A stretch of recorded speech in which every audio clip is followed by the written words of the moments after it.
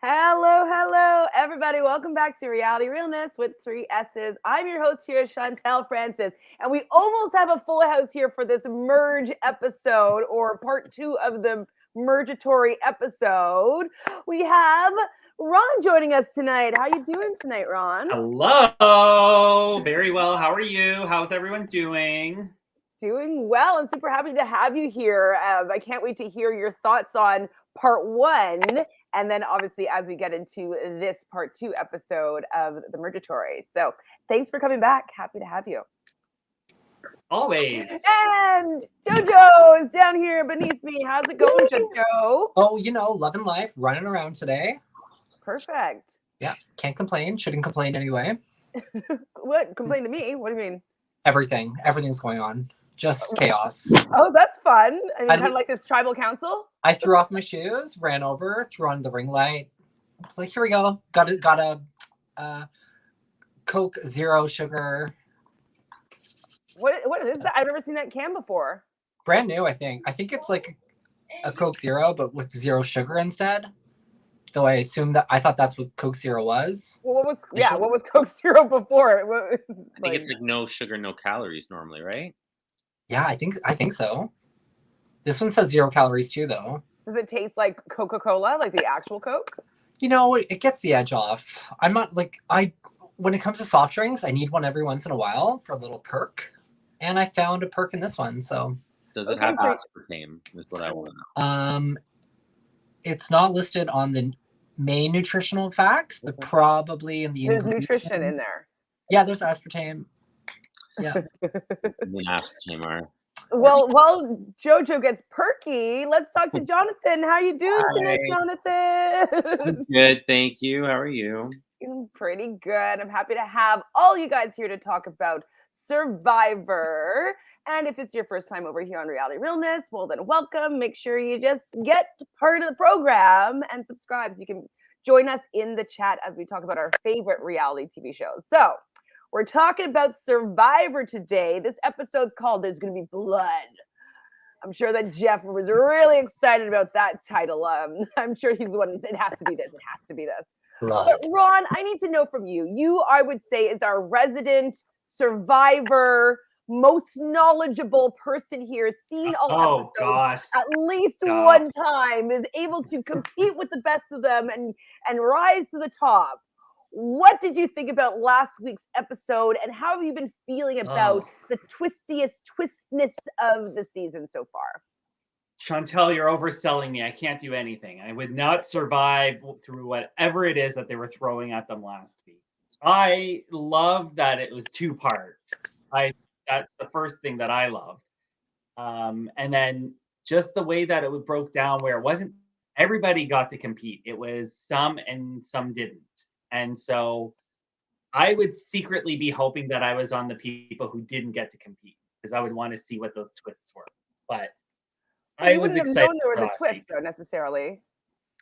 Well, you mean with the rock? Yes, if 2 people aren't competing, if you're told 2 people aren't competing, and it's like, or you were saying draw the buff and one of you might not get on the mat, I want to be the person not on the mat. I'd like to see what that is, because that's an adventure. So I was excited for the adventure.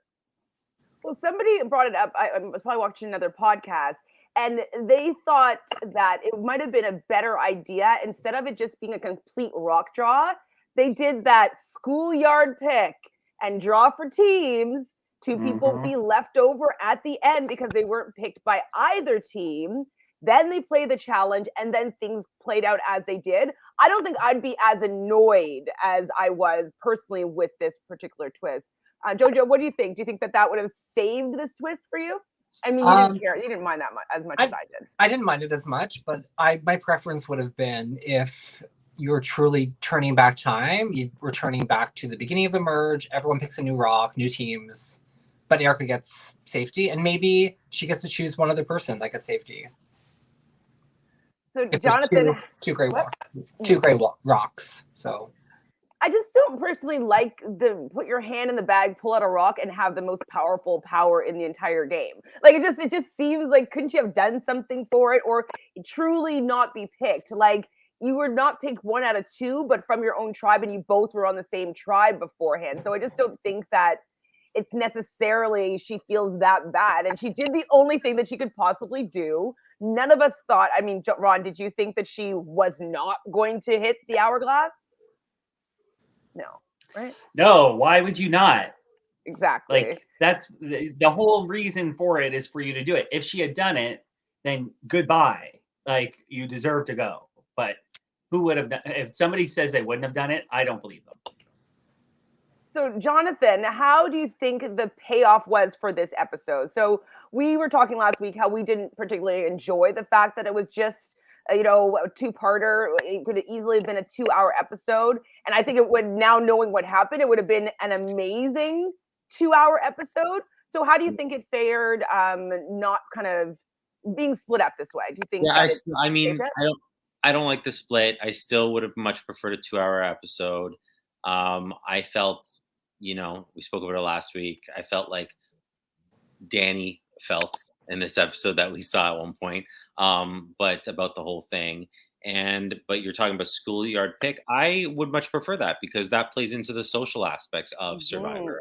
And, it's you could then say, like, pick me or don't pick me, and see who, where the fate falls with that. So it's kind of one of those things where, yes, picking just rocks out of nothing is really something that's reserved for when, like, there is a tie and a deadlock and there's nothing else that can be done and no kind of influence should happen upon it. That's what rocks are reserved for me in this game. Not something that could easily have a social play to it. So I feel like, yeah, they should have done something like that. I feel they shouldn't have they shouldn't have done that. Just restarted the competition, let everyone compete again. Maybe, but not to the extent that they did it. So yeah, I think that as people that play these types of games, I personally feel like Danny did. Like, Danny, I had the right feeling to wrap your head around. It's like, oh, we played to win something, and then we get it taken away for absolutely no reason whatsoever. Danny's like, wait, it was for a feast and safety, immunity, right? Like, correct. That's like immunity. And everyone's like, yep. And he's like, okay, like, that's not how, we play. Like, that's not how anyone would want. No one's going to feel great about that. And you feel cheated. Yes, it was discussed as well that maybe this is going forward, like, forget what you've known from the past and this is how it is. Right. But at the same time, I don't like that game. I don't like that anything can happen, just to mess things around. You know what I mean? Well, it's kind of like, do any of us want to play like Candyland? You know what I mean? Where you're just like, okay, roll the die and, like, move the, oh, we got a candy, oh, we got a booby trap, oh, we got a ladder going down, like, whatever. Like, that's not really, to me, fun, that everything's just a roll of the die. So, anyways, we're going to get to all of this. And what I find that's the most interesting, or like kind of funny, is that, Jeff was selling the whole break the hourglass to Erica, being like, you're going to be a legend in this game. And I feel like she was probably one of the least significant people in this entire episode. Like, she starts the episode with her being like, even the hardest day on Survivor, it's still a dream come true, which I appreciate that. I agreed. Like, I would, no matter what, if Survivor that was the season that I got on, I'd be like, okay, this is what I got. Like, this is still a dream come true. But she comes over and she introduces her, what she had to do, and her being on the island by herself and crying, making flint, whatever. And then lets them know that what she did. She goes and stands with the safe people. And that's literally all we heard from her until she had, like, another couple words at the tribal council. So do you think that Erica is going to be a new legend in this game for this move that she's made? Anybody? Oh. Oh. Not at all. Oh. Not at all. And so I mean, Erica's on my team, so I do want her to do well. But, like, she didn't even, in my opinion, use the new position that she's in. At least they didn't show it.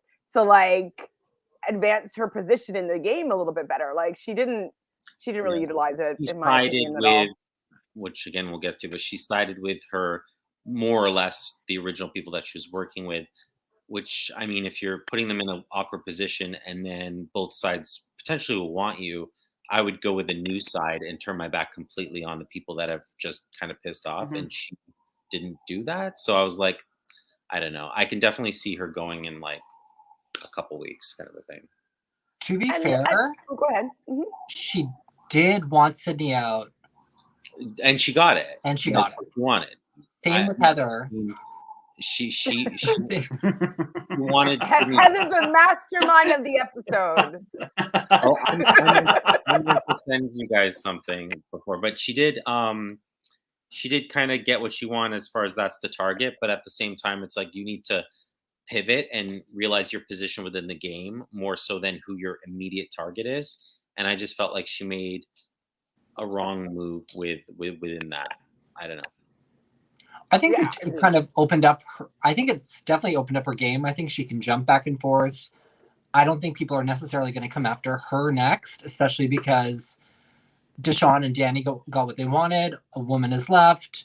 One Lavu teammate is gone. So I think they're really going to try and scoop up Heather, try and scoop up Erica. I think that puts them in a better spot than they initially were.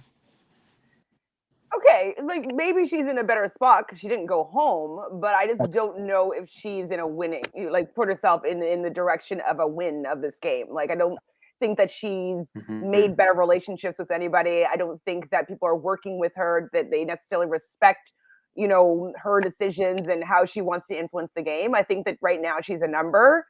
And I can see her easily being a person that everybody just agrees it's like, okay, we can let her go. You know what I mean? I don't think anybody's going to be fighting for her to say, maybe Heather. I have a feeling. I just think there's going to be a full episode about Heather. It's just like her boot episode. Sorry. She's going to get her purple. Yeah, the entire thing is just a flashback episode, and it shows Heather's incredible gameplay, and then the finale, and there's a winner. I sent you a clip from TikTok, and it's like, just now you'll have it, but it's basically all about kind of Heather and how invisible she is. And they're like, she's so invisible that she made her way into the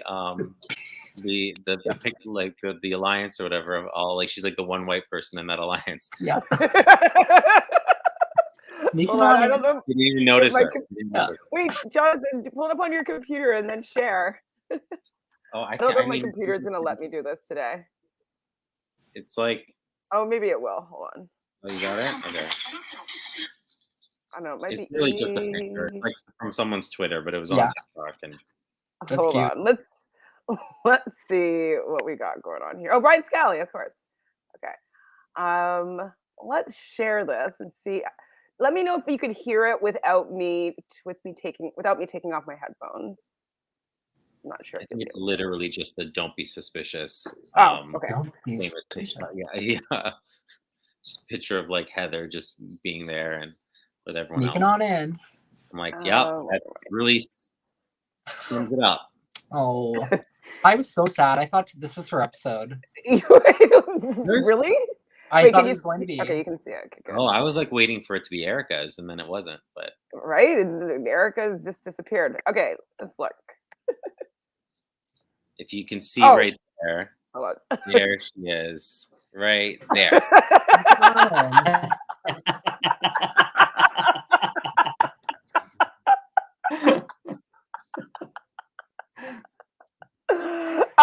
Okay, if you can't see, there's Heather here. Thank you, Jonathan, who is right. Jojo's winner pick. I love that. Listen, Jojo's doing good with his like Tiffany and Heather and like. My Tiffany, I'm happy with. Tiffany's in a great spot. I can see Tiffany winning this game at this point. I think that she will get to it, but like I think she did a lot of very, very good work this episode.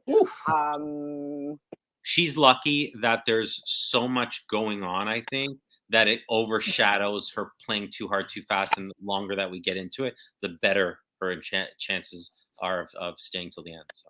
Yeah, a lot of people will definitely go in front of Tiffany, even though she should be who is out next. Like she should be. Like I would be gunning for Tiffany from when that first time they had an opportunity to take her out. Like should have been gone then. So the fact that she's made it this far and she was like involved in this way for this episode, so many other people are going to take so much heat.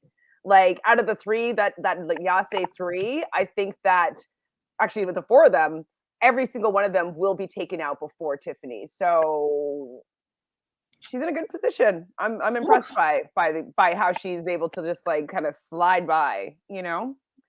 So obviously we know that Erica was going to break this glass. Why couldn't we just use the hourglass the way an hourglass was supposed to be used? Does anybody understand why we needed to smash the hourglass to flip instead of like to turning flip, it? to flip the results? So like you flip the results. Jeff just wanted to go back in his own time. He wants to be younger. He doesn't want to wear orthotic shoes this season. So this was symbolic of Jeff trying to go back to season 1 and be 38 again. Right. Okay. That makes And with sense. a hammer too, I'm like, what significance is that to the game? None. So what I thought was really interesting is, so I feel as though most of the stronger players in this game physically were on that winning team that's now going to have to be playing for immunity. And so this is one of my favorite ones, because like everybody's kind of on an equal playing field, where they have to place all their blocks with their feet. And, you know, some people are not that agile with their feet. Some people don't have any core strength. Some people are really shaky. So I think that, like, it's hard to know if you're going to be amazing at that. And I guess if I ever go on Survivor, I will practice that challenge beforehand. But what I thought was really, really amazing is that everybody was doing so well, and that it was a very, very well-matched competition. And I thought it was surprisingly very, very entertaining. I was like, I didn't know who was going to win. You're nodding, Ron. Yeah, I've played this game for an online org, and I won it. But so 1 out of 12 people building these towers with like red solo cups.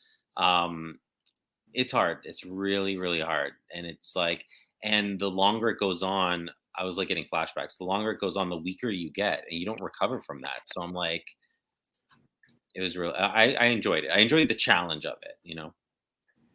So, Jojo, we did see for the most of this episode that your girl Sydney had the cuts on her face. Were you able to figure out how she had the cuts on her face? Jonathan's girl. Jojo's like, well, I mean, not your pick, but like you were worried about her last week. Not even. I was kind of. We'll get into it for sure, but the way this episode was laid out was beautiful. There was so much back and forth. I thought Sydney had a chance to win it at that time. I have no idea. I don't know if someone slashed her in her sleep. Like, what happened to her face? I saw it and I was like, oh no, she's not safe. I thought that too. I was like, I bet Jonathan right now is looking at her face and is like, oh no, crap. Yeah. It's happening. Yeah. I said. Yeah. So yeah, I was very surprised though, because it looked at the end that at first it was like Evie and Sydney that were kind of neck and neck, and they're both like on their final block, and they had to just now put this flag in the middle hole. And then Ricard comes out of nowhere and is able to just like pick it up, put it in. Like he did it so well as if it was his hands. And he ended up by like a split second taking away that win from Sydney. So do you think in this altered universe, do you think that if Sydney had won, do you think that Ricard would have gone home? I think it was a lot. I like the editing though, I will have to say, because it did foreshadow kind of how the vote was really coming down to it at the end. So I think that Ricard was always in it. They just focused on the two because again, later on, it was really potentially between those two for leaving. So I think, you could kind of sneak from some of the more establishing shots that he was, up there with them. So I did like the editing of a little trickery with the editing for that challenge. Ron, I think you have Ricard, right? No, you don't. Yes, you do. You're number one pick. So how did you feel about your guy here winning immunity? Were you scared for him? I was, but I was really rooting for Evie because I know I said at the beginning I don't know if I would be cheering for Evie, but now I am cheering for Evie over Ricard. So I was okay if I had to lose somebody, that I was okay losing Ricard. Oh, because he won, and I was happy. So so I was happy that he won. what has made you change your mind about Evie? So going from not rooting for her and now rooting for her or them. I knew she was going to be a strong, smart player, but I just find her a little more likable than I do Ricard at this point. Ricard just seems a bit still closed, and maybe we're just seeing things from Ricard, but Evie just kind of has a more personable nature that I think would be better, which also makes her a threat, which is why she was targeted. So after Ricard gets his necklace and all the accolades for winning, Jeff mentions, he's like, the shot in the dark, and I think it's here is where he says it's now a scroll. There's one of 12 scrolls. I was like, wait, what? So what happens to the actual dice? Like, do you place the dice and get a scroll? And now he's saying, like, there's 2 scrolls that have safety and then 10 scrolls that don't, which is going to be the odds of. But then if somebody takes one out, then the odds of that changes. So what is it? Is it shot in the dark so that each and every time you have a 1 in 6 shot, which is what it's supposed to be, or do your odds get better the more times people use it and don't get the shot, the actual safety? Yeah. And you know what I mean? I missed that part. I was like, when that happened at the end, I was like, wait, where's the dice? Like, what, where's that die there? What happens? I don't get it. It wasn't explained. And I do feel overall we're missing so much from the episode because there's so much happening that we don't get a lot of those little like moments where they kind of explain certain things and how they feel about certain people or moves, and I'm missing that big time this season, more so than before. It's too much that's happening, and I need a little bit more explained to me or how people feel about certain things happening. So I need more kind of little diary room sessions. Yeah, well, that whole day's been taken out, right? So we're definitely getting less confessionals. Jojo, so what were you going to say? You wanted to say something, I think, and then Jonathan spoke first. Oh shit! What was it? Oh, was that it? Was that what you wanted to say? I think so. It. Well, Glenda wants to say something. Yes. So Glenda thought it was going to be a dice roll as well. So I'm thinking that nobody rolled the damn dice because it's stupid. Because you could hear the dice be rolled. I know Jojo, I think you were saying that oh, they're so far away that nobody could hear the dice roll. And I'm like, well, I don't know. Anyways, I feel like they probably were like, people aren't rolling it because it's like the same odds whether you roll it or you don't roll it, and pretty much like 17%. It's kind of shit. And then also you lose your vote, so it's like you might as well gamble with using your vote to stay in the game, then roll the shot in the dark and lose your vote, and then kind of ensure that you go home if you don't get safety. So it's a dumb twist, I think, and they're just trying to get it used at least by, if there's scrolls, at least your odds are a little bit higher because it's not going to be 17% every time. Obviously, your odds are going to get better as more people use it. Jojo, you were going to say something now, or no? Am I just thinking that you're talking, or none? You're not. I'm thinking. Okay. I think. Whitney, Sorry. No, go Whitney. It's okay. We'll get to it later. Okay. So Whitney says, how did they give us a 2-part episode and still not be able to explain everything? Thank you. Exactly, Whitney. Exactly. They have too much going on, Whitney. That's why. Ugh, it's very frustrating. Very frustrating. And I think with the chances with the scrolls or dice or whatever, so I've played a lot of online games where they do a 50-50 coin thing, and I've watched other people play it. I've never seen it work. I've never done it once, and that's a 50-50 shot, and I've never seen it work. And so I feel like they should do at least a 1 in 4 chance or something. I mean, you only get to use it once, right? So when you think you're in trouble. And I know I've stated before that it's more of the threat of playing it and that knowledge of it being there, but I do think a 1 in 6 chance is terrible. And who knows what the chances are now, but. Well, basically, I would just be thinking in my head, we'll just take that person that might think that they're going to play it out of the equation, let them play it, let them not have a vote, let us not vote them out. They don't have the option to use that anymore, and let's target somebody else. That's probably what I would be thinking to do it. Just I'd just be trying to flush out every single one of those shot in the dark. So just to take them off the table, Kind of like when we were playing together, when the flipper, so Jojo, we were playing, or Ron, we were playing this season, and we had a flipper, and you could flip your like the way that the votes went, or something ridiculous, and we're just like, we don't want this variable in here. It's really dumb. It doesn't really matter. Like, so let's just get people to use it and get rid of them. And so I feel like the shot in the dark is kind of similar, where it's like, who cares? I mean, we kept ours till the end. Did I even use mine? I don't even know if I used mine. I don't think we did. But get rid of everyone else's, yes. This is dumb. So I think that he introduced the scrolls so that people would be more inclined to use it. Especially like, I feel like knowing that 2 out of 12 have safety written on it is a higher odds than rolling the die, if that makes sense. You know what I mean? Yeah. So that's what I think they did that. So Whitney says, I almost feel like the shot in the dark would work better on Big Brother than here. That show needs more blindside. This show already has it. What do you guys think? So we're all Big Brother fans and players. Jojo, what do you think of this? The difference is that on Big Brother, there's only 2 people normally up for elimination. On Survivor, everyone is. So you can go to tribal council and there's 10 people that are eligible to be voted off, but you might feel like it's you want to use it. If there's only 2 people nominated, like on Big Brother, I don't really love that. You have the veto to try and save yourself. So I don't agree. An extra advantage when there's not that many people. It would just really suck for the person that you're on the block with, especially if they're going to be staying. It's kind of like this twist, basically. Like that. Maybe like a yeah. nomination block.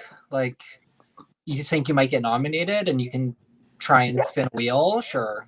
Stop yourself from being eligible for going on the block. That's cool. I'm fine with that. Doesn't affect the game too much. No, it's not the worst here. Okay, so Danny, we see next on the beach being visibly irritated from him being someone that's an NFL athlete that plays games for money, and successful at it, I'm assuming, and has been taught his entire life that when you work together with a team and you win something, you get the reward, right? Yeah. And so I totally was feeling for him that it's kind of like, well, what are we playing for? And that's really it. What are you playing for if you can have everything just taken away by the boogeyman or the monster, I guess. I would have rather them not say you're playing for, a feast and immunity or whatever, and them just leave it ambiguous, just happen to not mention it at all. Then that would be one thing. But it's I was right there with Danny, like I said earlier. To make them give back their buffs, their merge buffs, what? You won that fair and square, and because they flip anyway, whatever. I can go on about it forever. I hate it. I can totally go on it forever too. People are just there's so many people. I was watching one of the feedback shows from Robin's podcast talking about last week's episode, and there's actually a lot of people that are like, whatever, it's Survivor. This is such good television. It's making things really exciting and interesting. And I'm not against making things exciting and interesting, but I'm just going against these rules, just how to play a game and to make people want to be playing it and want to play it hard. Jeff talks about dig deep.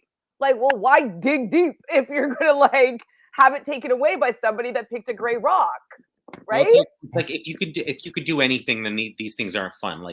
If they've decided next week that, Jeff can come and just pick off the player that he just doesn't like, where does that play into the game itself, right? So there are a bunch of rules and expectations that we have within the game, and there's allotments for that. This to me was outside of those allotments, and I think for many people it was as well.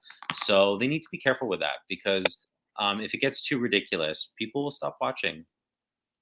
Yeah, I mean, it's kind of walking a fine line. I do find that this tribal council was fun and interesting. It was the scramble of it all was interesting and it was fun to watch, but it just seems really forced. And we'll get into how I was perceiving Jeff in a little bit.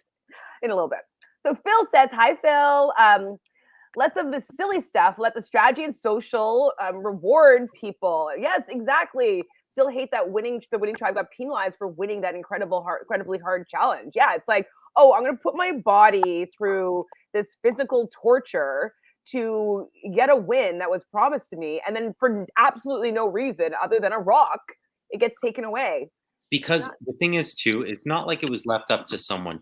The losing tribe was always going to be, it was always going to be flipped, because of whoever was put in that position was always going to take it, and it was always going to be reversed. So it's not like it was like, oh, depending on who picked the rock and who was put in that position, would they use it? I disagree with that if anyone thinks that way. I think it was always going to be a reverse decision, and that's too much. That's going beyond. Oh, Jelly Donut. What? Tell me the tea. So Jelly Donut says, oh, Propes is about to get canceled for the next twist appearing later. Oh, boy. Oh, boy. Do the shot the darks expire at 6, I'm assuming? Do we know anything about the expiration date for these shot in the darks? I mean, I would assume final 5, final 6. I think it's final 6, actually. I mean, I guess it makes, well, I don't know if it actually makes sense, but would you even need, like, what's the point? You need your vote. The vote's more important, I think, than shot in the dark. So Jeff found an hourglass while antiquing. What can we do with this? The kids will love this idea. Well, and this is the thing, is that I don't mind this game that I think that Jeff has in his head. It's just, in my opinion, separate from what I've grown to love about Survivor. So if he wanted to do some sort of kids adventure quest zone where it's like booby traps and sand, and like, you know what I mean? And like, oh, monster, like, and game within a game and fill the Rubik, whatever it is, like, that's kind of fun for kids to be able to participate, enjoy, and play these types of games. But to put it in Survivor where it's a very specific game that I enjoy from it, I think that that's what the issue is. I think that Jeff needs to do something separate that appeals to this 15-year-old age category that it seems that he wants to appeal to, and just do a separate show, do an adjacent show. It's like when American Idol did American Idol Juniors for one season. American I didn't see Juniors. that. I didn't see that. Wow. What do you think of that, Ron? Do you think that'd be a decent idea? Well, it's all of these twists. It's just manufactures it beyond recognition. Like it's the reality of it isn't there anymore because you're just having to sit and wait for the next twist to come. I agree that I don't think that the hourglass twist should have come into play because it just means that whatever they did before just was completely pointless. But in general, even like the shot in the dark stuff and all these advantages, it's too much. It's overkill.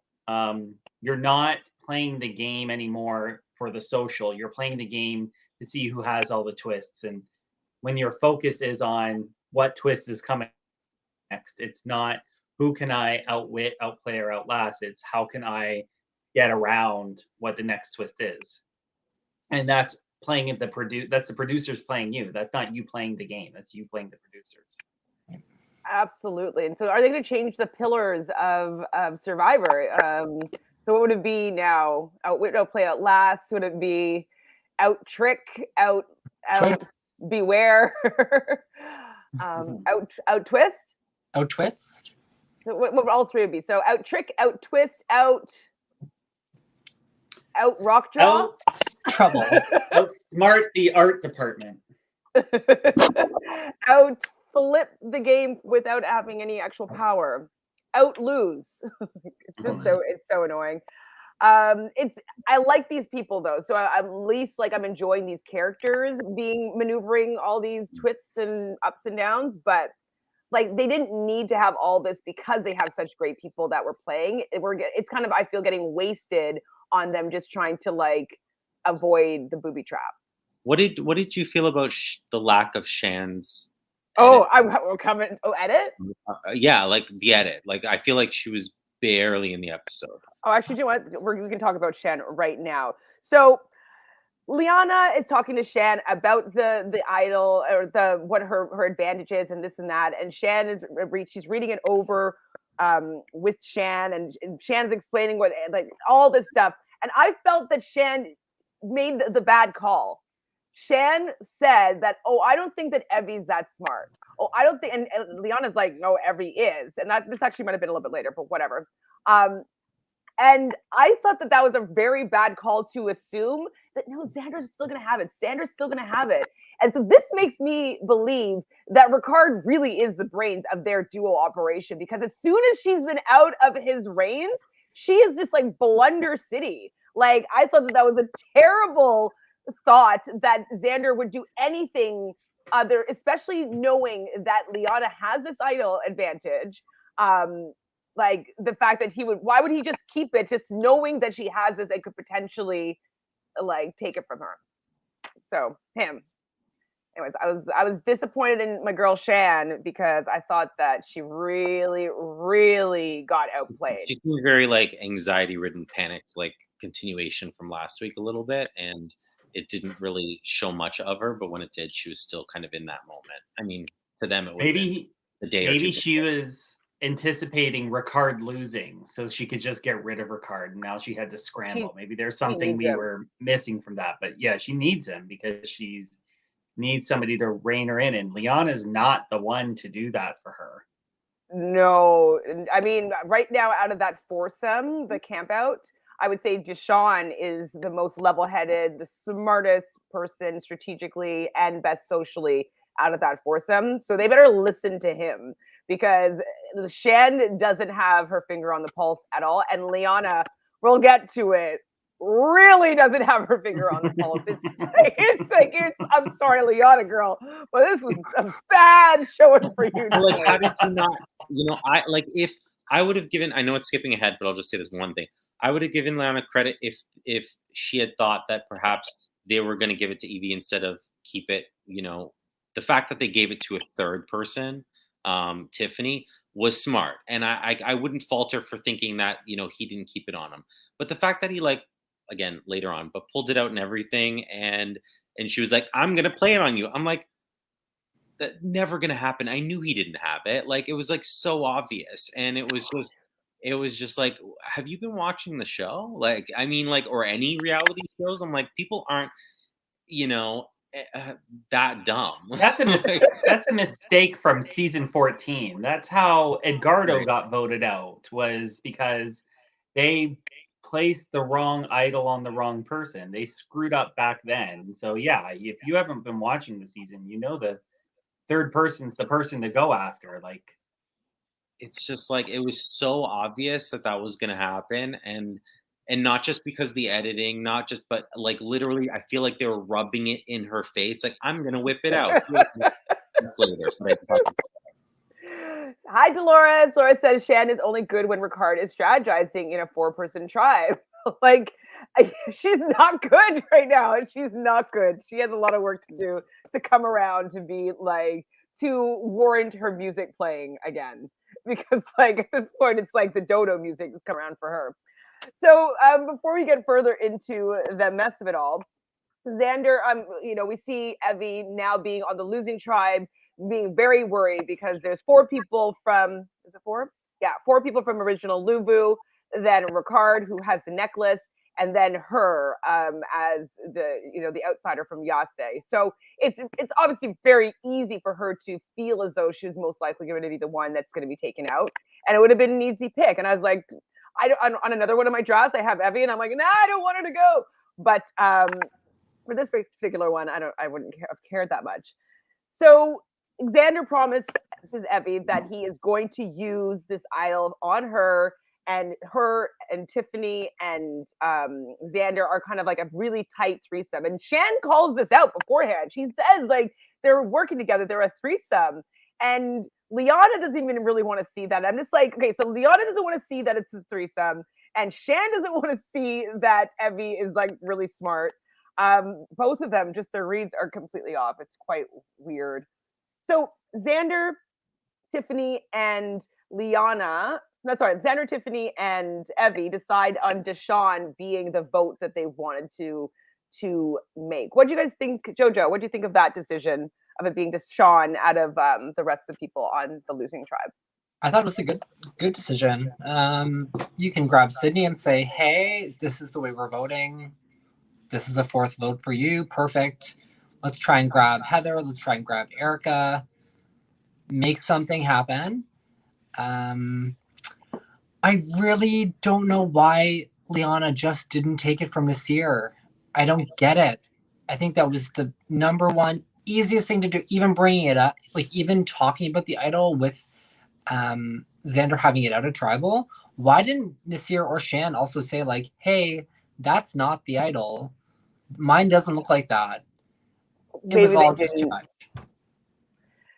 I don't know. I don't know what happened. Like we're gonna get to it a little bit more, but it's just actually was shocking how the tribal went down because it just seems so basic.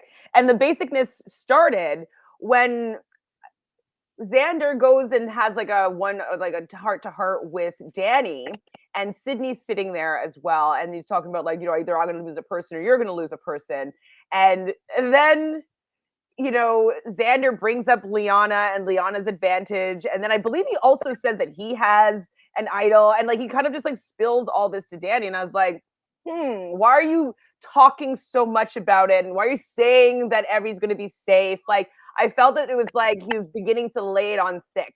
When I was watching the episode, I was like, this is dumb. Like, why is he giving this information away? But then at the end of the episode, I was like, oh, because he's trying to plant the seed to make people think that he's going to be playing it on Evie to misdirect Liana. So what do you guys think of this conversation with Danny and Xander? Jojo. I tuned out. You did? To me or of that, to of that no, not of you. I tuned out of that conversation because I was like, I don't care for either of these two. So, but Xander just saying anything to anybody at this point is a bad idea. Don't let Xander talk to anybody. Okay, I think all the idols are known, so just admitting to it and saying what you're going to do with it, it automatically makes Danny decide, well, it's not going to be me. Am I going to go after Sydney, Nasir, or Deshawn?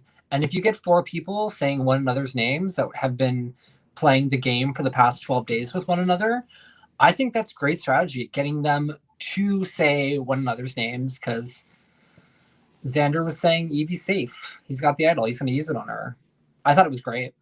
Well, I mean, it's like it makes sense for him to do it, but I thought it was just so obvious to like, why would he be just divulging so much information? Like the more the episode went on, I was like, okay, like everybody's just spilling all the beans.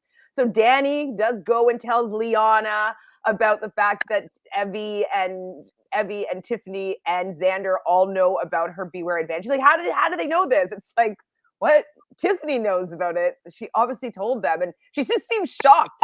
I'm like, Liana, why are you shocked that anybody knows about your advantage? It's just that's what's shocking to me. And Liana's mistake too, as well, is that there's too many people who are just getting to know each other because you're just brand new to each other, to have such a big plan that you don't think people are going to talk to random others. And like there's more. That's why the more successful plan in this episode was the one of a smaller, tighter group, because they could trust that things weren't going to get leaked. And that was a big mistake I think she made, was just assuming that not telling certain people, but everyone else was going to be, on their best behavior, not letting anything slip or anything like that. So I just don't think she's a good player. And she also has a TikTok, and she was talking about making a big mistake or having the most embarrassing tribal council, but she's still in the game. And I'm like, yeah, I would have rather been maybe voted out if I made I don't know about that. So, but yeah, it's just, I don't think she's very good at it yet. No. And I mean, she's young. Xander's young too. They're both not great. Oh, I'd want to sit next to her so bad at this point. Oh, for sure. Oh, well, yeah, of course. She could barely speak in front of Jeff. Yeah, you would eat both of them up. Oh, I would just grab and go, come on, Liana, let's go to the end. It's kind of what Shan's doing, but Shan's actually not good. It's over. It's over. She's not good anymore. I mean, I'll give her a moment to try to get her footing. Maybe Deshawn is going to be her new Ricard, or maybe Ricard is going to like come back and be like, hey, like, remember me? Like, but like at this point, I don't have any faith in Shan. Her scramble's not good. Maybe she's not good when she's not in a position of power. So I don't know. But her like scramble and panic and worry is just all over the place. Like, I don't even think she'll play her own idol on appropriately if the case happens, you know. I mean, to be fair, I felt like Deshaun also scrambled a little bit. He started throwing Sydney's name out right He away. scrambled well, though. He scrambled effectively. Yeah, He scrambled like he.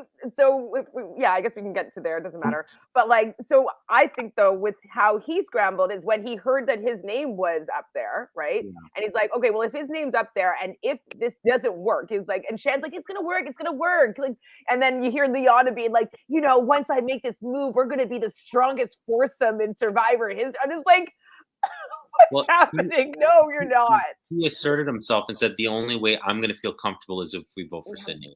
Absolutely. And that was like, I didn't want to hear it because Sydney's on my draft, but I was like, that's the smartest thing that you can do right now. You don't want to be in the line of fire. So be the only other option, like if that's who they're voting for. And so I thought it was also really interesting that Liana, when she goes over to Xander and Tiffany and Evie and talking about like the vote or whatever, and like pretending like she's not going to be trying to steal Xander's advantage. And then they let her know that like, oh, we're going for Deshaun, and like they're like, and he like puts his like the idol in his pants, and I'm just like, this is just so obvious that they're all just BSing each other. But Liana didn't pick up the memo. She didn't get it. No. And someone should have pulled what, you know, Xander did to Tiffany. Don't use it. Don't use it. Someone should have done the same thing to her. And I was waiting for Shan. I was being like, she should have turned to him like, don't do it. Trust me. Like, you know what I mean? And not have used it at all. And like, cause like it didn't get used at all, and she just like lost her advantage. It was too powerful, anyways. So she didn't know what to do with it. She couldn't obtain the idol effectively. This means that she wasn't able to use it. So it was too big, too powerful for her. So obviously Sydney's going to start to get worried because there's not that many people to be, you know, choosing here, and I guess everybody's not really talking to her as much as before, but she's starting to talk with like the Yase people. Gosh, this was so confusing though, all of this. So what happened next? Okay, should we just go to tribal? Let's go to tribal. Let's get to Half an hour tribal. tribal. I did not in tribal. They did have the game within the game. Oh, I didn't even look at it. I couldn't see it this week. I paused it. I was like, I don't know what that is. I don't know if that's a rock, a boulder, a circle, a bowl. Did you take a picture, Jojo? No, but I can describe it to you. Okay. It was a bride, subtract, BR, and then it was a ball, subtract, B, and then idol. Oh, yeah. A ball. I didn't know that was a ball. I was like, idol. But then there was like a pocket around them. Pocket idol. So like hidden idol. Idol, back pocket. Idol in your pocket. I thought it was idol too, but I was like, is that a boulder ball? Like, I don't know, plate. Oh, maybe it was a boulder. But I was like, we're never going to make good junior survivors, I guess, if we can't. Or think they need to have their. But I came to the same conclusion, pocket idol, and I was like, I don't know what that means. Idol in your back pocket. Who says that though? An idol in your back pocket. I got an idol in my back pocket. Nobody says that. It's always under people. Maybe it's under people's balls. Under guys' balls is where people store their idols. So maybe that's where it is. Literally have an idol in your balls. Okay, so Jelly Donut here with some potential tea. I haven't heard this. I don't think you guys care. So it says that the final 765 production had the genius idea to have an immunity challenge where if you feel unsafe, you can compete part 1. What? Is this spoilers? Is it a spoiler though? I don't even understand it. An immunity challenge where if you feel unsafe, you can. So kind of like where they sit out and eat, like where some eat. So. So if, I mean, but maybe you can't compete in all of them. Like, what does that mean? Yeah, what does that mean? I mean, if you can't compete in all of them, it's like F off. Like, then I would probably, like, I bet you could only compete in one. That's probably what it would be. Like, you have one. With the next 3 tribals, you can only compete in one of them.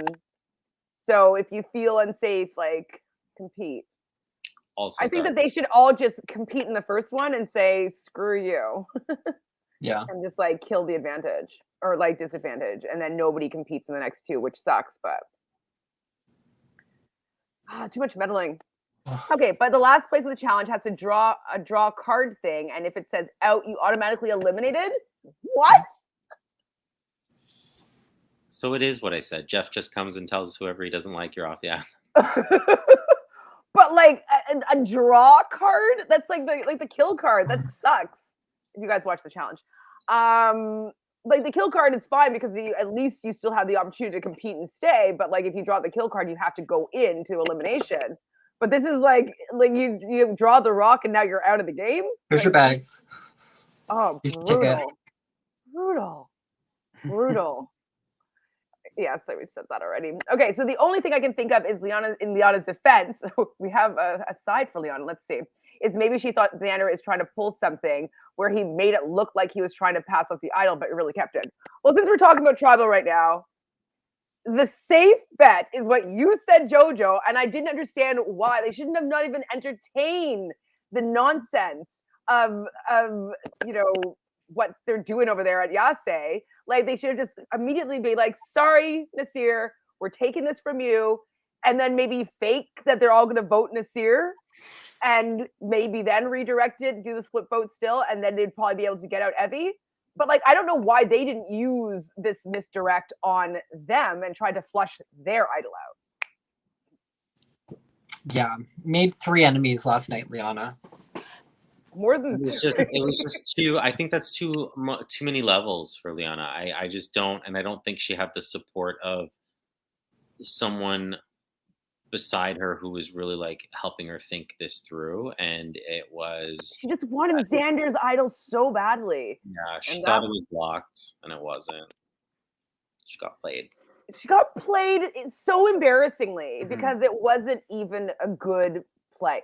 Like, I'm giving Xander props for doing it. He has like the whole showiness of taking it out of my pants. But if Xander did that with like 98% of the other cast members, or from any season, it wouldn't have worked. Like, I can see through you. So you're just like, let me see that idol. Is it real? Like, oh, it's so bad. Liana, I'm so sorry. Like, I wanted to support you here, especially when you hear, guys, if you guys hear her say, when I make this move, I'm gonna be like Sandra and Poverty. Like, I'm gonna be one of the legends in this game. Like, spoiler alert. Oh. Even like passing the advantage to Shan could have been really fun if she like really wanted to try to play it. Like, do you have that? Oh, by the way, I'm not in possession of asking, so it's actually Shan. I don't know. Yeah, I didn't even think of that, but that would have been playing the whole system, and I would have loved it. It's like, well, I do have this, but she had given it away. Yes, absolutely. That's fine. Do you think you'd be allowed to do that? I'd make sure. Why not? I mean, I guess everything's allowed in this. If you're able to fake that you have the idol, how can you tell me that you can't fake that you have an advantage where you asking for the idol gives it to you? Well, because like, that's the whole using production as a part of your strategy. So like, when the production is interfering so much, so can you use production as part of your strategy? Why not? Ron, that's a question for you. Oh, you definitely can use them for that. Like, if you're paying attention to your surroundings, don't just pay attention to the players in the game. Pay attention to what's happening behind the camera. What's Jeff kind of leaning towards? Those things. That would have been really good. Okay, so you can choose to compete or not in immunity. Last place gets 50-50 coin, but instead of immune or not, you get to stay still in the game or instantly eliminated. Okay, so I get it. So if you compete, you would not want to compete, because if you're last in it, you can go home in a 50-50 shot. But if you do compete, you have a chance of winning immunity. So it's like, if you're at risk, you probably want to compete, but don't come last because you're going to be out. So like, guess Heather's not competing ever. This is Heather's episode. This is Heather written all over it. Sitting out for all of them. Yeah. Right to final three. Jelly Donut has this here for us. So it's idol. So it was bride minus BR. So I'd plus ball. So minus B, so all. So I'd all. Why was it in a pocket?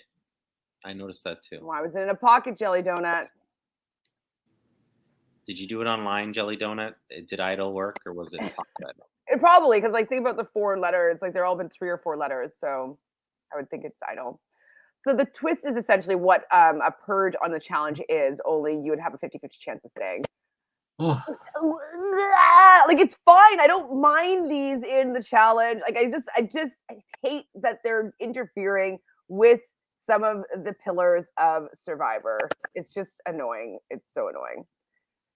Dolores is a surprise that Shan didn't ask for it. Yeah, right? Be like, oh, you told me about it. You should give it to me. Like, Or maybe Shan just wanted her to play it badly. I don't like. Remember before when we were like, oh, the fact that Shan said something in front of Tiffany's. A lot of people were like, oh, she said that on purpose. Like, we can tell now that she definitely didn't say that on purpose. Like, she's not great at knowing when to. Yeah. A part of me would like to think that she just enjoyed the chaos if the focus was not on her, but I don't think it was. Yeah, no.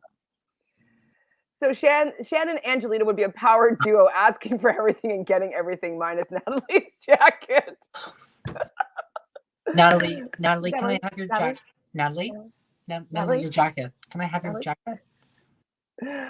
So Phil wishes it was done after the vote when Jeff says, does anyone have an advantage or idols? That tribal without the last minute scrambling would have been, the last minute scrambling would have been more interesting. Well, okay. I thought that the last minute scrambling was interesting because we didn't know what was going to happen. But I also really don't enjoy the last minute scramble. Like, I like seeing the strategy and seeing what's kind of going on in the camp. And then you get to tribal and maybe you can send some code information when you're answering Jeff. But I like when people have to stick their butts to their spot and decisions have already been made and you have to figure it out in the moment at tribal, not having 15 minutes to go and re-strategize. Like, no. I've never been a fan of that. I always think that they shouldn't be allowed to talk almost. Just answer your questions, maybe like give looks, but no like verbal dialogue should be allowed between contestants at tribal, as far as I would like to see it. Ron, what's your thought? I was gonna say the same. They should have to stay in their seats and not be able to move. If they want to strategize, they have to say what they want. Like, be an adult, say it out loud, make an enemy. That's more entertaining than the huddling in the corner and looking for the ghost of Heather. Like, exactly. What did you two, Jojo? You're with us? Or do you like the scramble? I actually like the scramble, but I think it's more telling. Like, if you're watching who is speaking to who, I think that really just kind of shows all your cards. I don't think I'd go to my number one and start whispering to them first.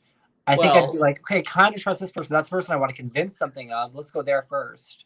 I would have sorry, go ahead. So I was going to say the first time they had to do that was in season 4 after the final 4 immunity challenge, and the Sepia and Kathy wanted to have a private conversation about how to vote, but Jeff said no. Maybe back at camp you could strategize as you knew it, but here you're at tribal council.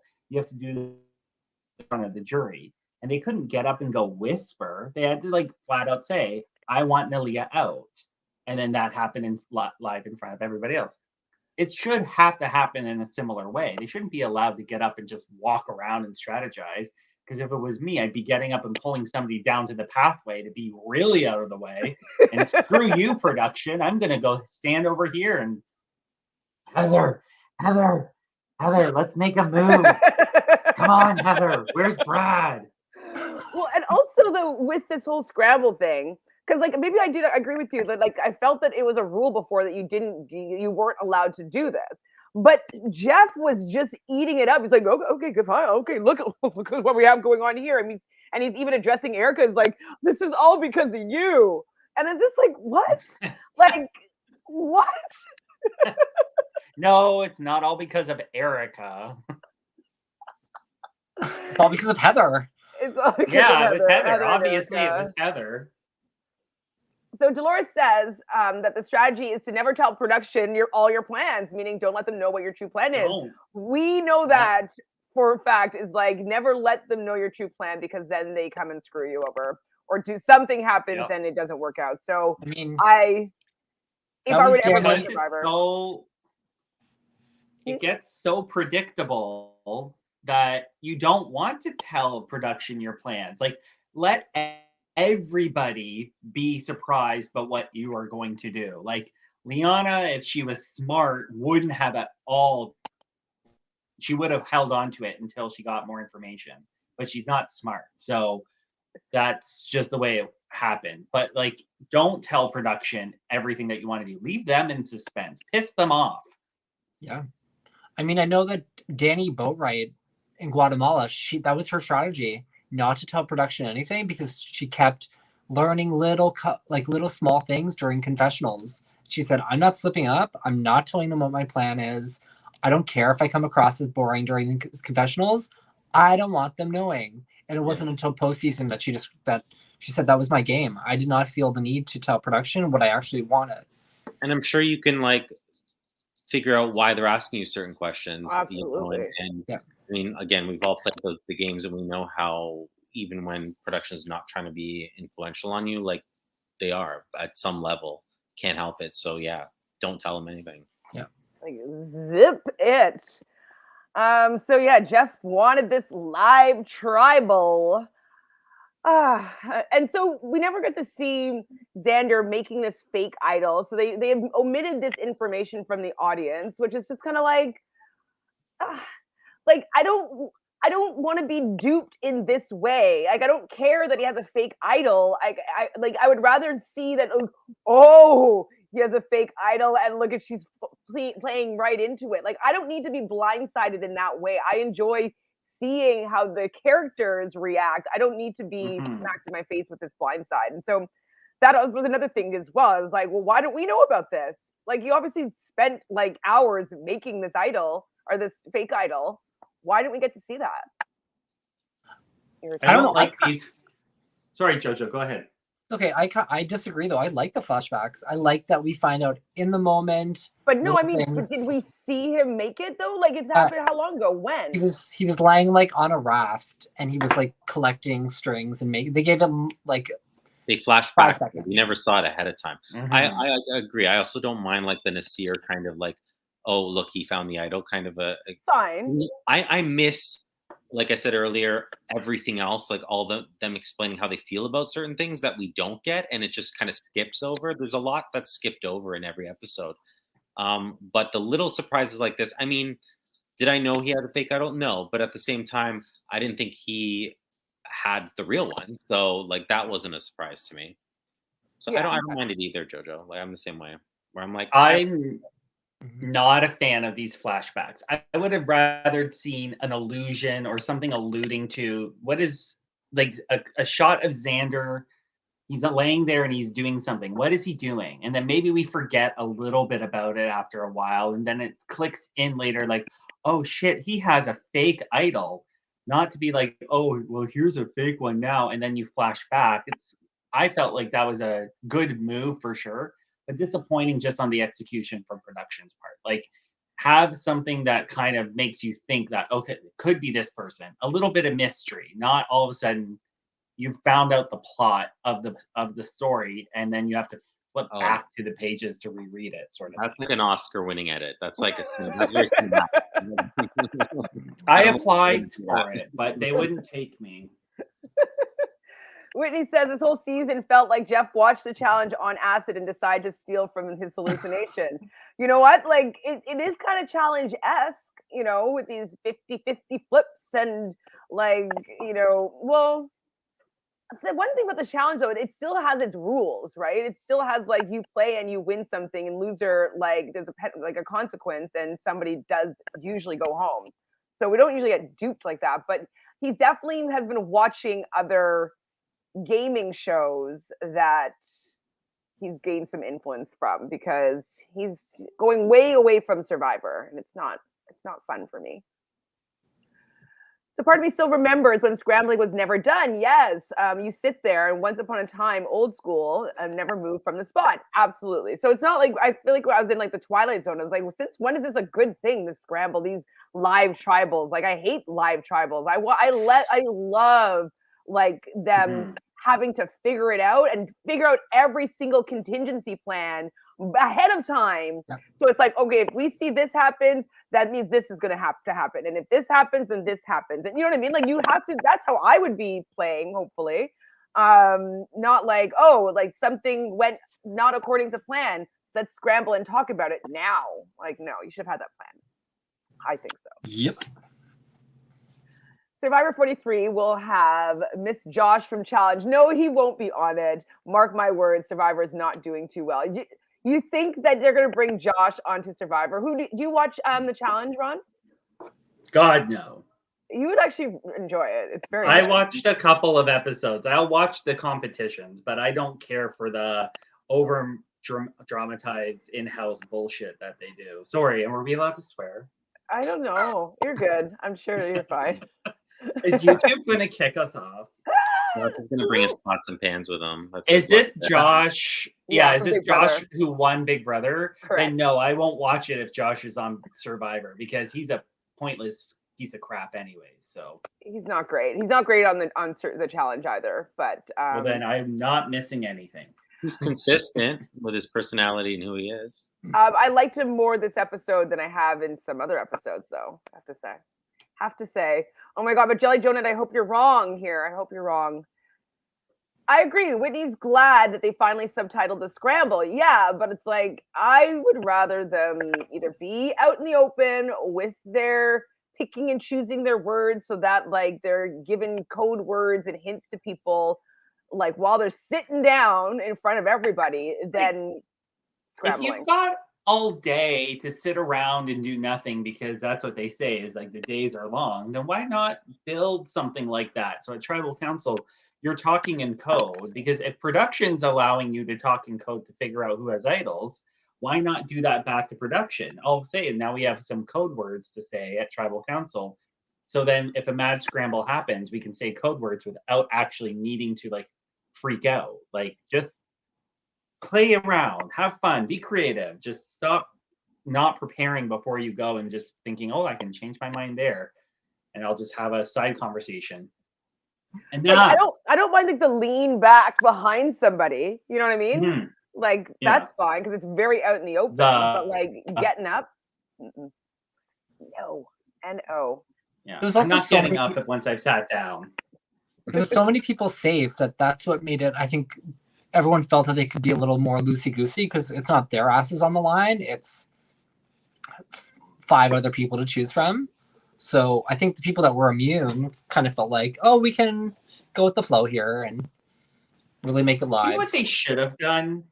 It would have been interesting to have it like the people who were safe were sitting on one side, almost like the jury, and like they get to question the other people why they should stay and kind of keep them a little separated so that they have to like fight against each other to get somebody out and like really make that blue tribe disintegrate more than it already is and really like get into people. And if they could have, I mean, I don't think Heather would have asked a question. She would have asked for where's my cataracts, but it would have still been fun to watch if they had to like get them to fight a little bit more, because otherwise you're just watching them run around in circles and that's boring.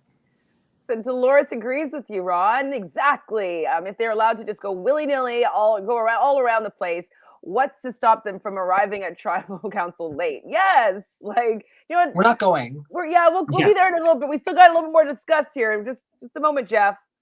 Like, yes, exactly. Danny Bothroyd never told production. That's why she wasn't on the show when she won. Never tell production you're voting Ben or Rick Devens. Chances are they will play an idol of that Tribal Council. Do you know what? That's probably how they get the tells. It's true. There's no rules. Take someone else's torch when you're voted out to get snuffed. Steal votes out of the urn and go back to count. Right? Oh, yeah. There's this. Yes, I watched why this. has nobody done that? Yeah, I watched this one show once, and it was Buddy Velasco. You know, Buddy from Cake Boss had a reality. He has many now, but he had a reality show like about bakers, and there was a couple seasons, and this one woman refused to go. Good. She was like, he's like, I'm sorry, and whatever the catchphrase was at the time, no, you're whatever, and she's like, no. And I was like, oh, I love this. And he refused to, and he was like, you know what? You're staying, you're going, and he got rid of the other person instead. It worked. You know what? Take That someone's sounds like a Donald Trump sort of thing, like The Take Apprentice. someone's Yeah. You're fired. No, you're not. I'm not leaving. Okay, you're fired. All right, you have a DUI. Now get out of here. Huh? Get out. It was Get pretty out. amazing, though. No, that's a good thought though. I'm gonna keep that in my head. Mhm. Jelly Donut says, instead of being honest in my confessionals, I will be honest live tweeting during the airing. Absolutely. Yes. Let them know how you really were feeling Do after. people still tweet? Yeah, it's Yeah. a big thing. It's a thing. So Whitney says, if I recall correctly, the first flashback ever was in Micronesia with Amanda finding the idol, and honestly, it wasn't even fun then. No. I do remember that flashback. I like the flat. I like Well- the little element of surprise. I don't know. It was obvious that in that season that Amanda was going to find that idol because they laid it out exactly where it was going to be, and they needed to because they needed Amanda to get to the finals, to have that like, oh, she's done it twice sort of thing. But it wasn't like, yeah, it wasn't. I didn't find it that amusing, but it was also the best part about that episode was Alexa's face, like.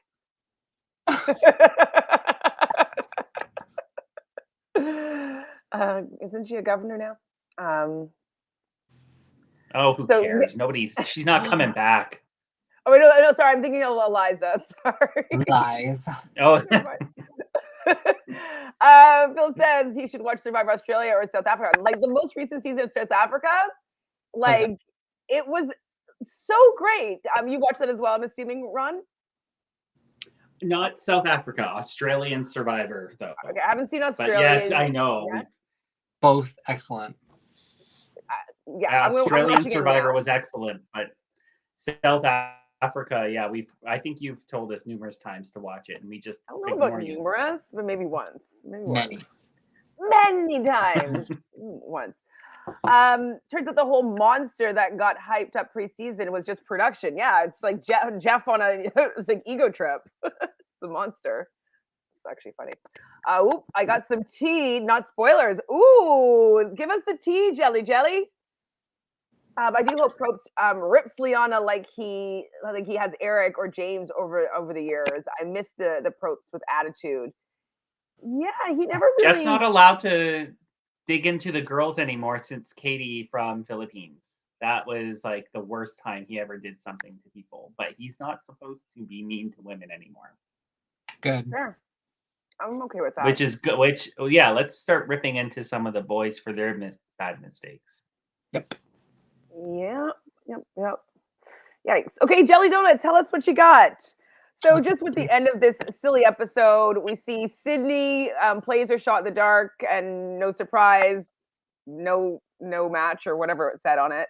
And Xander tells Tiff not to play the idol. So this was, I thought, was very strong strategically for Xander, being like, don't play it for Evie, don't play it for Evie. I don't think that she's not going to get the votes. Like, and I think that however he figured out how everybody was voting, the fact that he knew that Evie was going to be safe and that he could keep hold of that idol, I was impressed by Xander for sure. Yeah, I was definitely impressed by Xander because I had a point. Sorry, I'm gonna find it. I was really impressed with Tiffany for not getting chaotic and just doing whatever she wanted to do. Because she's very much someone that I feel will play in the moment and will do what she thinks is best. And the fact that she sat back and was like, "It's not my idol." She was safe though, so I think that helped her out a lot with like calming the nerves. Oh, and I remember the fact that Evie told Deshawn all about Xander's idol. I think he felt a little more like, I, like make you sweat a little bit. If you go, you go. Tiffany and I are still fine. So I Yeah. loved it. So what did you think about Deshaun saying that? I mean, like, well, I love you, girl, but you told me everything about Xander's idol before I even met the guy, and everyone was just like, I would have thrown him so far under the bus and lied. Well, Deshaun, you told me a couple of things too. You want me you to did start though. them at try? No, but I would have said that. I would have absolutely like thrown him right back under the bus and say, I found out a couple of things from you, and I'm not going to air that and destroy your game while you're on the block. So Same. In fact, she just admitted it though. She was just yeah, like, "Yeah, I did. I regret it. That's it." yeah. She just looked guilty. She did not flip it around or anything. All right, what does Jelly Donut have for us? So turns out there was a massive discussion at Tribal about castaways being pissed at all the twists. And King Danny called out Probes and Productions BS about lying to them about safety. Good. Where's that show? Good. That's the live Tribal I want to see. They won't. They will never show that because it's like making you turn against, the show itself, right? So, but good. That's how it should have been. Yes. And to be honest with you, I found out like who the final people are, final 3, 2, whatever you want to say, through a Reddit source that has been accurate with every elimination so far. I'm not going to be happy with this season. Is all I have to say about that. This season? This season, yeah. The person's been accurate, and apparently they are always accurate. And and I just know who some of the final people are, and I was like, I can see it. I'm just personally like not thrilled with it. So boo, boo. But Jelly Ooh. Donut, where'd you find this information about the massive discussion? Because like I want to read up on that again. Thank you, though. That's very good tea. Okay, so didn't the same thing happen at Winners at War, where in the first Tribal, everyone said they hated Edge of Extinction and Probes was shook? Yes, and was surprised that they didn't like the fire tokens. It's just like, it's terrible. These people are gamers. These people that you've grown to love, Jeff, they're gamers. They want to play the game. They don't necessarily like the idols. And that's why it was like this whole new school versus old school on Winners at War, because like, the old school players, they didn't really have all these idols and things to deal with. And so that's why it seemed more favorable for the new school players to do well, because they're used to having all this extra crap. But the players that made everybody fall in love with Survivor didn't have all these, like, they had maybe the idol. That was maybe an introduction to the game, some idols, but like not all these other like extra advantages. So Jeff needs to go back to the basics. Please, 43, please go back to the basics. Yes, call them out. Yeah, sorry, not sorry is what production said. Wow. Oh, of course. Rude. I wonder if the shot in the dark now, the scroll will be a one-hit wonder. Well, it'll be a 2-hit wonder because they're going to try a bunch of other crap for 42 because it's already filmed. We haven't gotten the backlash yet. Queen Cindy spills on her Insta. Yes, I'm going to go to her Instagram because that was one thing I loved about this episode is she was pissed when she left. So the votes ended up being 5 votes for Sydney, 4 for Deshaun, and 4 for Evie, and 3 for Deshaun. And if Sydney hadn't used her shot in the dark and maybe used her vote, she might have been able to get out Evie or tied it up with I think Sydney did everything that she could possibly do, and it was I thought she would go out much more messy than it was. I thought she like went out doing exactly like what she possibly could have done. I don't know what else she could have done, but also in such a circumstantial way. Like it was just because of certain crazy things, falling the way that they are, and it's unfortunate. I would actually like to see Sydney come back and play again. She was growing on me for sure. Yeah. Go Jojo. Sorry.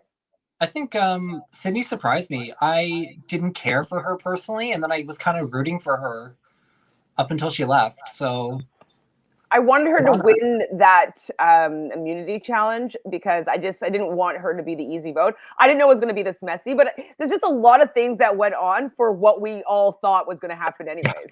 I have a question. Go ahead. So when they're all huddled, okay, one of the last things you hear is Danny saying, "Can we flip it?" And I was like, and then when Sydney left, I was like, oh, was he against? Like, did he make that final decision? And like, was that his choice at the end there? I was just curious as to what your thoughts were with that comment and all of that. I don't know, because none of the only Luvus that voted out Sydney was Nasir, Heather, and Erica. So Deshawn and Danny both voted Evie. So I don't know. I don't think that they necessarily wanted to be the ones that sent Sydney home necessarily, even though she was the other person that they were splitting the votes between.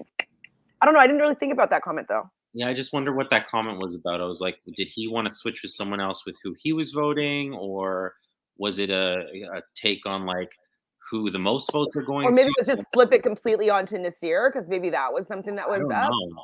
I don't think we'll ever know because they skip over everything. But I was just really, it was an interesting little thing that they left in there, you know, that you could clearly hear, but didn't understand what it actually meant as far as how it played out.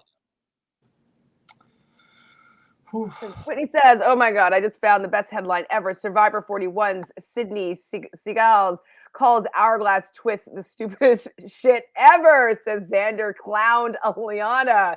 Oh my goodness. I'm going to go and find these headlines. Thank you, Whitney.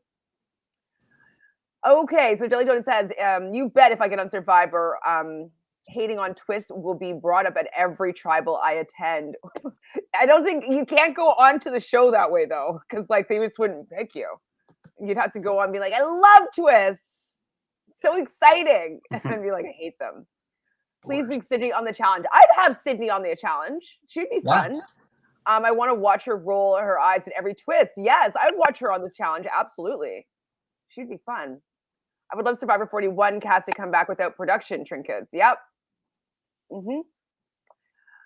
Yes, thank you, Jelly Donuts, for all of the info that you shared with us tonight. So yeah, so lastly, you know, when she went out, she just was like, put her thing, she gets snuffed, and she's like, I don't even want to be, she doesn't even get to be on the jury, which is a big FU as well. But she's like, I don't even want to be on the jury to see these people's faces, and just kind of walks off. And I was like, I would have probably felt the same way, because she was safe, and because of a twist, and that her feet didn't get a flag in there a second quicker than Ricard, she is out of the game. And she only lost that one challenge this her whole season, and it wasn't even potentially like the winning challenge, like the immunity challenge. You know what I mean? Like it's like I'd be so bitter if I was her.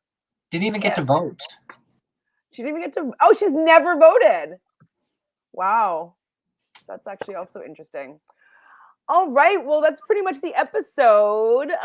What are you guys thinking is going to happen next week? Do you think that it looks like there's a bit of a scramble going to be going on? Is it all Mr. X? Jojo, you look excited? I think it's Mr. X. I think Evie's in trouble. Ooh. Why do you think Evie is in trouble? I just think that everyone that was up for elimination this past tribal will probably be the targets moving forward, throwing in Xander, throwing in Tiffany. So I think Deshawn, Evie, and Xander and Tiffany are kind of in trouble for the next tribal. What do you think, Ron? You were kind of agreeing with us with like it's misdirect. I agree it's misdirect. I think Erica's the one that will be in trouble because she's the one who they were targeting first and then screwed up what their plans were. And I don't think they're going to forget it. I think they'll probably have a bit of backlash towards it. But I don't disagree that Evie is probably in trouble for a lot that's now just a victim of circumstance. They are going to want to go after her because she's really good. They should go after Xander for that move he pulled. Yeah, or Tiffany for like holding on to the, like they knew that she must have been not Tiffany. I want JoJo's finals to come true. And Jonathan, what do you think about the previews for next episode? Misdirect or I actually skipped them this week, but so I didn't see it. But I just think that just in general, again, going on who I know's kind of makes it to the end, according to the spoiler. I think that they're gonna go after the people that Jojo was saying, but the person going home is gonna be someone just is a casualty of war kind of thing, and it'll be someone like whomever, like a sure, like someone kind of in the middle or whatever the case may be, or maybe something's played correctly. I don't know, but I just think they're going to go after people and then. What are you having, rice? Is it rice? What is? Are you giving him? Okay, we'll get him off so he can eat in peace. He doesn't have to talk to us anymore. Thank you for joining us, everybody, to talk about this emergatory episode. I mean, it was fun. I wish it was a 2-hour episode last week, but we seemingly can't get what we want this season fully. So I'm kind of have to just like close my eyes and be along for the ride and not really want it to be actually a good season because they have such a great cast. So thank you guys for joining me here. Thank you everybody in the chat. You guys know the drill, but I'll just remind you to subscribe because that makes us a nice tribe of friends that love talking about Survivor or hate talking about the season every week. And if you're watching this in the replay, make sure you like the video, of course. But I want to know what your 3 new pillars of this season are. So Jelly Donuts here is out idle, out advantage, out luck.